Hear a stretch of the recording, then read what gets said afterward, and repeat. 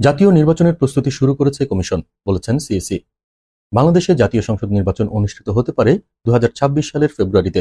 এমন সম্ভাবনার কথা মাথায় রেখেই আগাম প্রস্তুতি শুরু করেছে নির্বাচন কমিশন।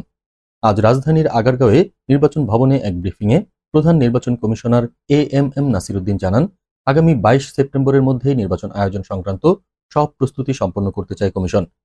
সিইসি বলেন, নির্বাচন যেন স্বচ্ছ ও অংশগ্রহণমূলক হয় তা নিশ্চিত করতে 1 মাসব্যাপী আলোচনা ও পরামর্শের পরিকল্পনা নেওয়া হয়েছে। তফসিল ঘোষণা করা হবে নির্বাচনের 2 মাস আগে। নির্বাচন কমিশন সব রাজনৈতিক দলের জন্য সমান সুযোগ তৈরির চেষ্টা করবে বলেও জানান তিনি।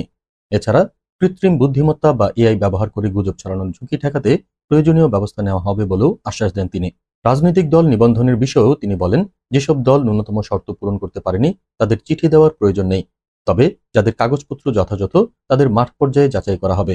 এই প্রক্রিয়া সেপ্টেম্বরের মধ্যেই শেষ করার কথা রয়েছে।